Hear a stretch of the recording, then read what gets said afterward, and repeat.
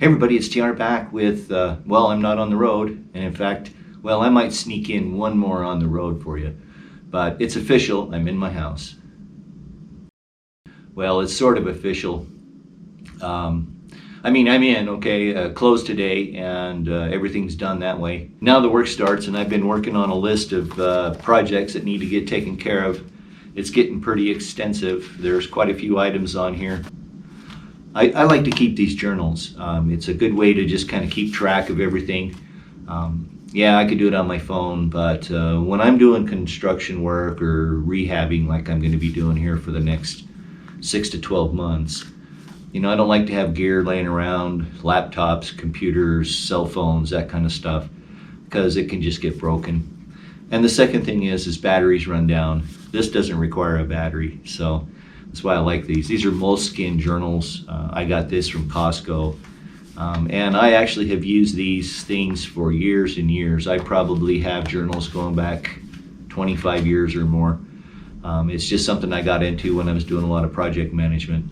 So yeah, I got my work cut out for me, but I'm really looking forward to it. I'm excited as can be to get started on this project. And I figure I got probably 2, maybe 3 weeks of good hard work to do yet before it's ready to move in. Then I'm going to have to run out to Arkansas and get my furniture. Definitely not looking forward to that 2-day drive back. But we'll make that happen probably middle of next month, something along those lines. So I have been awful busy getting things ready to go for the house. I've done quite a bit of planning work. I already have 6 episodes ready for my mid-century ranch home renovation project. That's what it's going to be called. I got some other pretty decent suggestions, and so I'm kind of toying with maybe mixing it up a little bit, but I'm pretty sure I'm going to call this my mid-century ranch home renovation project. So as I mentioned, I've been pretty busy the last 2 weeks. I've been trying to play as much as I possibly can. I did get out and do some fishing and had a pretty good time up on the South Fork of the Snake River. I went out there a couple times actually, and did okay. The water's coming down, so it's actually been pretty decent fishing. Also got quite a bit of golf in over the last couple of weeks as well. That's something else I like to do, is play a little flog. Last Saturday was it Saturday or Sunday? I don't remember. It was last week. There was a huge fire not far from where I'm staying in the RV, and up at a place called Chinese Peak.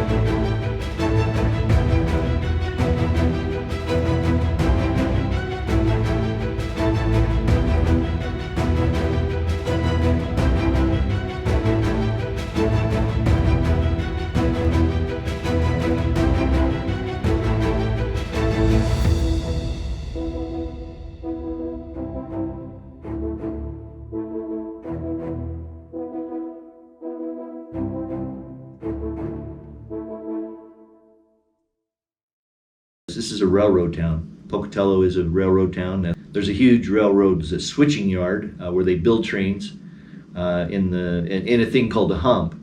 And basically what a hump is they push the cars up over this bump in the road or a bump in the hill, and then gravity feeds them down, and they build trains that way. You know, they switch them onto different lines and put them all together. And I'm going to be far enough away from that I won't be able to hear it. I have heard it some where I'm staying now, but I guess it's something you get used to. When I lived here before, I lived up closer. You know, I lived over closer to the railroad yard and the railroad tracks, and after a couple of weeks, I didn't even notice it anymore. So I've already met two of my neighbors.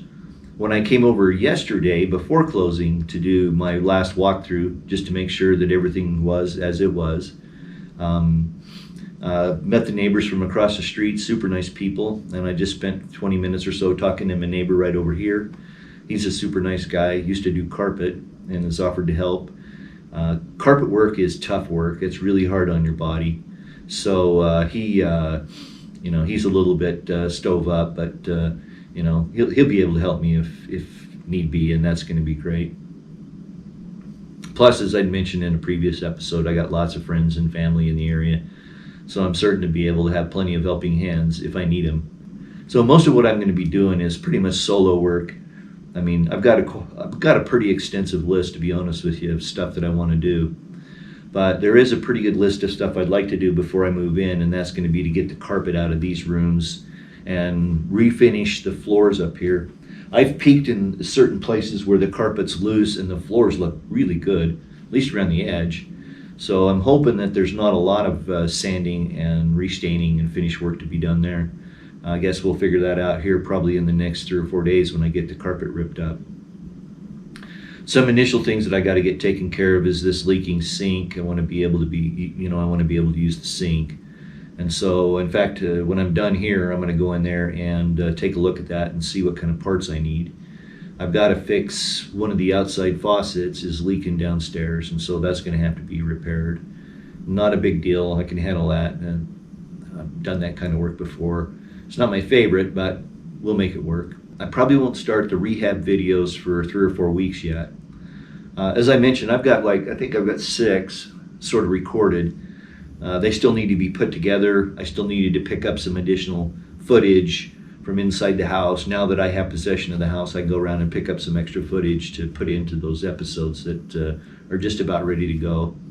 But it's going to be 3 or 4 weeks. It'll probably be after I get back and get physically moved in with my furniture before I start that series. So it'll probably be, I'm guessing, the end of August before I get to that. So probably 5-6 weeks before that starts. In the interim, I'm just going to be doing vlogs like this, not just sitting down talking head vlogs, because I'll be mixing in some of what I've been doing, but not to the extent of an how-to, which is kind of where the rehab series is going to go. Is it's going to be part vlog, part RV how-to. I almost said RV how-to. I'm trying to not say that. It's going to be a real change. I got to tell you, I've been sitting thinking about this for quite a while now, and I've lived in my RV full-time for 8 years with a break in the middle. I lived in Denver for about 2.5, almost 3 years. And the first winter I was in Denver, I was staying in Golden, because there's really only a couple of RV parks in the Denver area that are worth staying in. And at the time, it was the fracking boom was on, and all of the RV parks, the guys that were working the oil fields were staying in the RV parks, and they were all pretty full, so I was lucky to get into Golden. But that Thanksgiving was brutal. We had, I was going through propane like crazy. I was probably burning $100 a week worth of propane just trying to stay warm. But over Thanksgiving weekend, and I knew it was a long weekend, so I'd gone out and I had this big propane cylinder I was filling because my little tank would empty too fast, and so I got a bigger cylinder and was big enough that I could haul in the car and take and get it refilled. Well, I'd taken it and got it refilled, and there must have been a little moisture in it, because I put that tank on Saturday afternoon, and I got up Sunday morning. Overnight Saturday night, it was 22 below zero. And I got up Sunday morning about 5:30-ish, to go potty, and thought to myself, good God, how far did you turn the heat down last night? Well, when I walked out to check the thermostat, It was 24 degrees inside the coach, and I had a Brita water pitcher sitting on the counter, and there was a 1/4 inch ice on it. So it was super cold inside. And the furnace wasn't working, and I'm thinking, oh my, I'm in deep doo-doo now. So I'm scheming and dreaming, trying to figure out what I'm going to do here. How am I going to resolve this problem?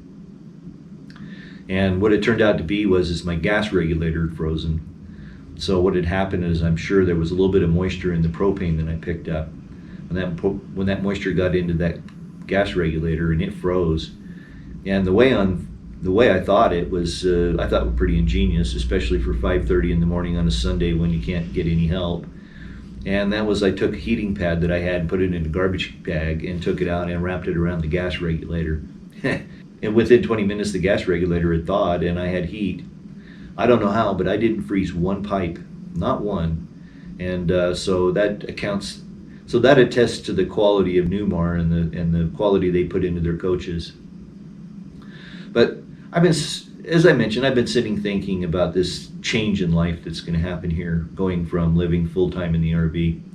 There's no question in my mind I'm going to miss Tucson in the winter. But as I'd also mentioned before, I grew up in this area. I know what winter's like, and it's not all that bad. It's not subarctic, I tell you that. It gets 10 degrees, sometimes 0, maybe below 0 for a couple days, not for very long. A little bit of snow, not a lot. But, there's trade-offs for everything.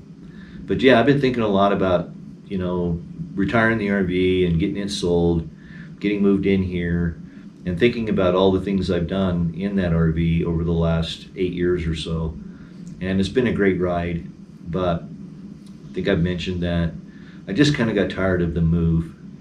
The planning, you really have to plan ahead, and the planning got really difficult with this coronavirus thing. I will mention that I've also said this before. This is kind of a rerun, but the coronavirus didn't really have a lot to do with my making this decision. This is something I've been thinking about doing for a couple of years. And in fact, when I was up here last summer, I looked at a few places, but I just wasn't quite ready to pull the trigger. And this winter, I looked at 4, 5, 6, 7 different places. And this past winter in Tucson, I looked at a number of places in Tucson with the same idea, maybe renovating a home down in Tucson. But everything I looked at in Tucson was going to be really extensive rehabilitation for my price range and what I was looking for, and not in the best of neighborhoods. And a lot of them didn't have any kind of air conditioning, and you can't live in Tucson without AC. So by the time everything was said and done, I would have got a $110,000 house and had to put $100,000 into it. And if you're going to do that, you want to make sure you're going to get your money back. There is some concern in my mind that, the economy, to me personally, seems a little disconnected right now. We have 13, 14, 15, 20 million people unemployed right now. The stock market just seems to be decoupled from that. We've got some benefits. The unemployment benefits are going away. I'm worried. I watch the news. I see all of the doom and gloom and all that kind of stuff that they're predicting for the housing market from a rental perspective. I'm not too concerned about home values. I don't see a big crash in home values coming, mostly because right now, with interest rates as low as they are, homes are selling fast. When we were down closing today, I was talking to Chris, my realtor, who you'll get to meet eventually. And she was telling me that she's just been hopping, and that inventory is just nothing. To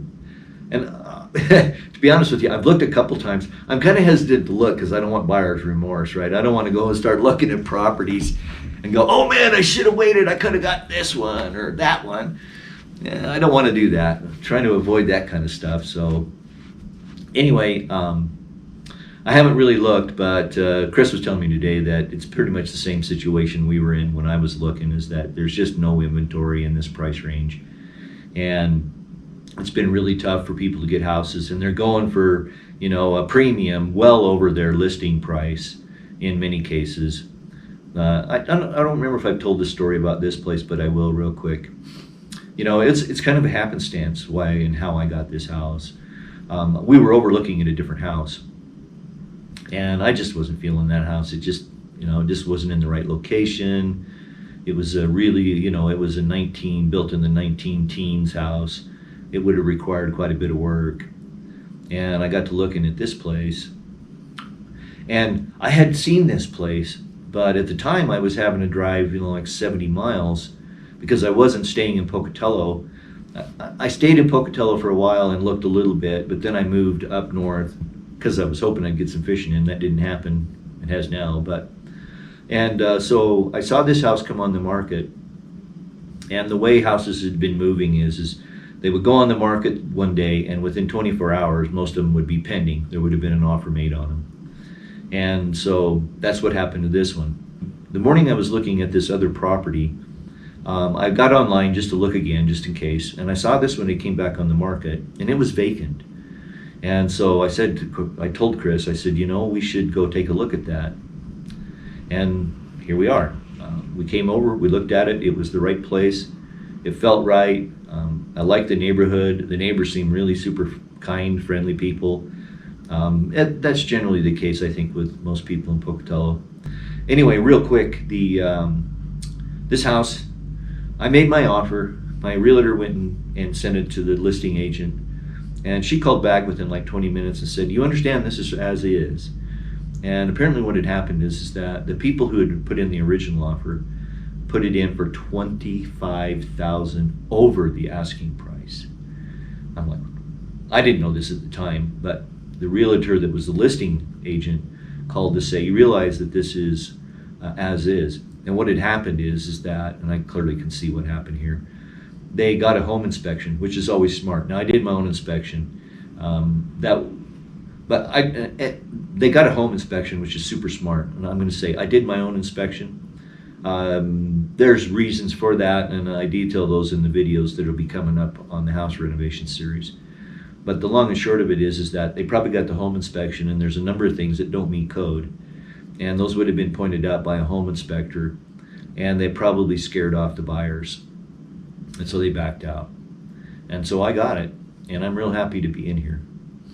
So look forward to weekly vlogs, blogs, whatever you want to call them, for the next 5 to 6 weeks. And then we'll be starting the home renovation series. That'll give me a chance to kind of get some things put together, get to working ahead a little bit, because I'll be working on this. And like I've done with my past RV renovation stuff, I'll work for a day and then I'll spend a couple hours kind of editing the video down, and then I go back a couple days later and kind of start to push it in, make it into an episode, and sort of an iterative process. It takes about 30 minutes to an hour per minute of video to edit, get it ready to go, get it uploaded, do all of the work that you have to do to get the video listed, and so on and so forth. It takes 30 to 45 minutes, an hour per minute video to edit a video and put it together. So I want to get working ahead a little bit so I don't feel this pressure to hurry up and do a video. I would like to try to avoid that. So that's it. A couple of shout outs. Randy Waller, I've got some video coming next week. I'll do a real close inspection on all of the furnace, the water heater, all that stuff. Plus I have the company coming over to look at both of those devices, professional people that will come over and take a look at them. But there's a couple things that are kind of funky that I want to run by you, Randy, as an HVAC pro. And so I'll get your free advice. If anybody else out there has questions or comments, be sure and make them below. So if you like this video, thumbs up are always greatly appreciated. Share it with your friends. Your support on my Amazon store has just been overwhelming, and I just greatly appreciate each and every one of you that are visiting my Amazon store. Links in the description below. That's really not going to fund the house or anything like that, but it's sure going to help me get and keep the right kind of gear. I've got a couple new tripods coming. I've got some lights coming so I can do some appropriate lighting. I know the lighting in here is a little dark for today, but come next week I'll have lights and those sorts of things, and so we'll be able to do a much better job of videoing and getting things that way put together. So the links for my social media accounts are in the description below as well. If you want to follow me, I'm going to get a lot better about posting a daily something on Instagram. So if you want to follow me over at Instagram, that'll be a way to kind of keep up real time with what's going on in the house. So I'm almost out of battery. It's time to wrap it up. Thanks so much for watching. I do appreciate it. Thanks to all my new subscribers. Stick with me. There's still RV content to come. I still have a few projects to do on the RV to get it ready to sell. And of course, I'll be doing videos on those. I'll be working on that and this kind of at the same time. So stick around for those. And hopefully you'll stick around and watch as I refurbish or rehab or rebuild or whatever you want to call it. This house. Thanks for watching. I sure do appreciate it. Until we get together next week. Peace.